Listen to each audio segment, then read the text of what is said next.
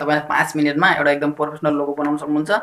So तपाईले video लास्टसम्म हेरिदिनु होला। नमस्कारलाई एउटा प्रोफेसनल लोगो कसरी बनाउने भन्ने विषयमा सानो एउटा जानकारी लिएर आएको छु। सो म आफू तपाईलाई एकदम गरेर देखाइराख्ने छु कि तपाईले त्यो हेरेपछि एकचोटि आफ्नो लोगो आफ्नै मोबाइलबाट 5 मिनेटमा एकदम प्रोफेसनल तरिकाले बनाउन सक्नुहुन्छ। जो मान्छेले एकचोटि त्यो लोगो देखेपछि पनि मान्छे तपाईको च्यानलमा भिजिट गरौँ भन्ने चाहिँ एउटा चाहिँ भावना जाग्छ। त्यसैले तपाईले लोगो भन्ने एकदम एटिट्युड राख्नु होला कि मान्छेको त्यो आकर्षण अलिकति बढाउन सकोस्। त्यसको लागि तपाईहरुलाई भिडियो लास्ट तक हेरिदिनु होला। अहिले धेरै साथीहरुलाई सायद लोगोको बारेमा थाहा छैन कि आफ्नो च्यानलमा आफ्नो फोटोहरु राखेको मैले धेरै जसो पाइरहेको हुन्छु। सेलिब्रिटीहरुले राख्दा चाहिँ राम्रो हुन्छ, सेलिब्रिटीहरुलाई धेरैले चिनेको हुन्छ। सो फोटो हेरेर पनि आकर्षण हुन्छन्। तर नर्मल तपाई हामीलाई भनेको कसैले चिनेको हुँदैन। सो त्यसैले हाम्रो फोटो भन्दा पनि तपाईले च्यानलको अलि प्रोफेसनल लोगो राख्नु भयो भने राम्रो देखिन्छ। त्यसैले म तपाईलाई आज एउटा लोगो कसरी बनाउने भन्ने विषयमा देखाउन गइरहेको छु। सो भिडियो स्किप नगरिकन अन्त तपाईले हेरिदिनु होला र भिडियो मन पर्यो भने लाइक कमेन्ट शेयर गर्न नबिर्सनु होला भन्दै म तपाईलाई मेरो मोबाइलको स्क्रिनतर्फ ल्याइरहेको छु। हेर्नुस् राम्रोसँग, किन यसलाई स्किप नगरिकन हेर्नु होला। स्किप गर्नुभयो भने तपाईले बीचमा कन्फ्युज हुन सक्नुहुन्छ कि कसरी एडिट गर्न सकिन्छ भन्ने विषयमा। त्यसैले सो लास्ट तक भिडियो हेरिदिनु होला। हामी सिधै मोबाइलको स्क्रिनमा आइसकेका छौँ। तपाईले सबैभन्दा पहिला यो पिस आर्ट डाउनलोड गर्नुपर्ने हुन्छ। यहाँबाट सजिलैसँग लोगो एडिट हुन्छ। तपाई यहाँ तल जानुस् र यहाँ ब्याकग्राउन्ड व्हाइट कलर चुज गर्नुस्। लास्टमा यहाँ सेतो कलर छ र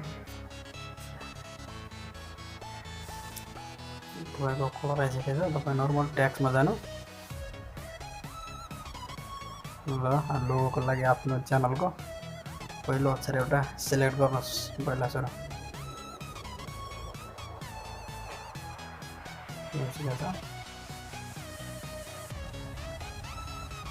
र यो भिडियो चाहिँ उसको लागि हो जसको लागि यो लोगो बनाउन आउँदैन।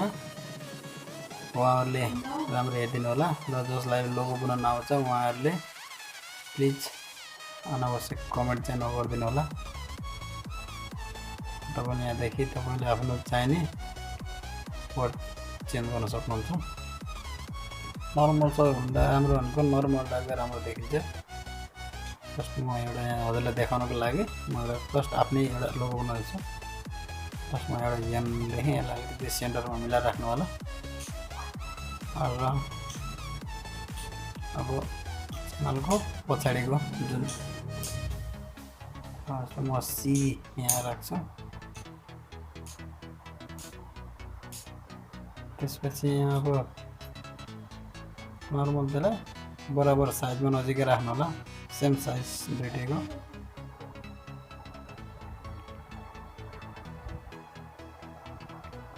म्यानेज आफ्नो हिसाबले गर्नु होला।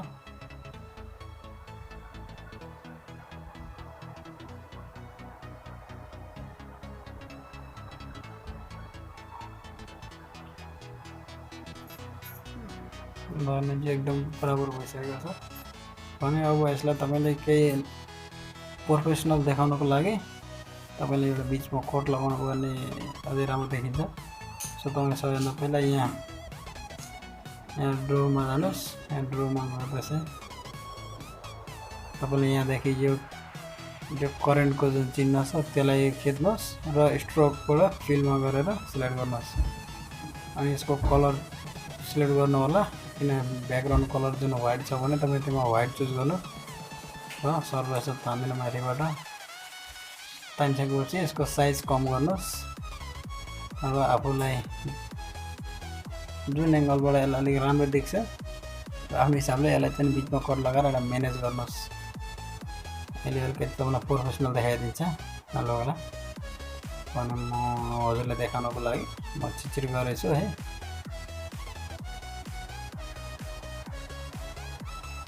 जस्ट म यहाँ राखिदिन्छु होला र बिचमा ट्याप गरिदिएँ। यति गरिसकेपछि च्यानल होइन प्रोफेसनल देखिसकेको छ लगे भने अब तल सिम्पल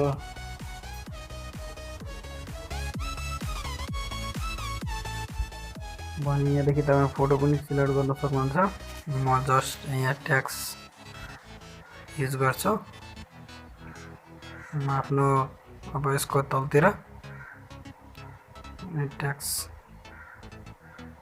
म जस्ट यहाँ आफ्नो च्यानलको नाम राख्छु तलतिर फुल र यहाँ यसको तलतिर आफ्नो हिसाबले यस गर्नु होला र यसको कलर चाहिँ तपाईको माथि लोगोको फर्स्ट वर्डको चाहिँ नि कलर राख्नु होला अलि राम्रो देखिन्छ अनि धेरै कलर यताउता भयो भने झन् गजको जुन नराम्रो देख्छ सो यसको साइज म्यानेज गर्नुहोस् जसमा हजुरलाई देखाउनको लागि मात्रै म यो गरेछु सो हजुरले बनाउँदा आफ्नो हिसाबले सिलेक्ट गर्नु होला ल्याङ्ग्वेजहरू टेक्स्टहरू कुन राम्रो देख्छ जस्तो म सिम्पलमा राख्छु र यसको साइज भने माथि लोगो भन्दा केही सानो नै राख्नु होला अनि अलि राम्रो देखिन्छ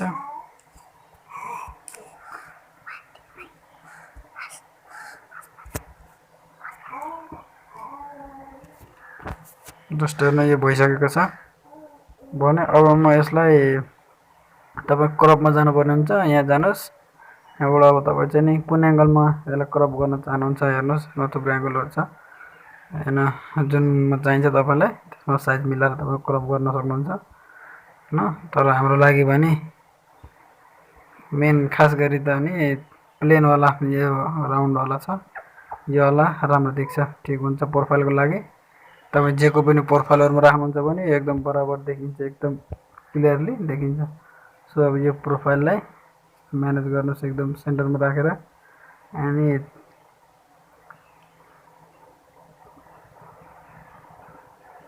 आफ्नो हिसाबले यसलाई साइज म्यानेज गर्नु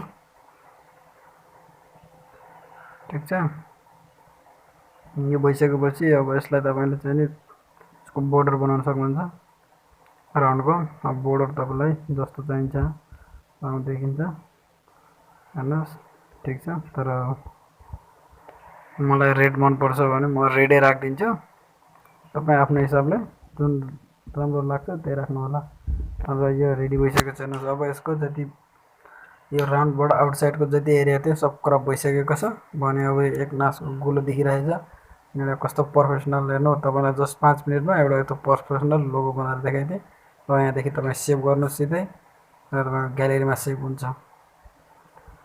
म तपाईँलाई ग्यालेरीमा देखाइदिन्छु सेभ भइसकेको छ हेर्नु मजाले प्रोफेसनल पुगेको छ भने तपाईँ यो लोगो बनाउन जान्नुभएको सेभ भयो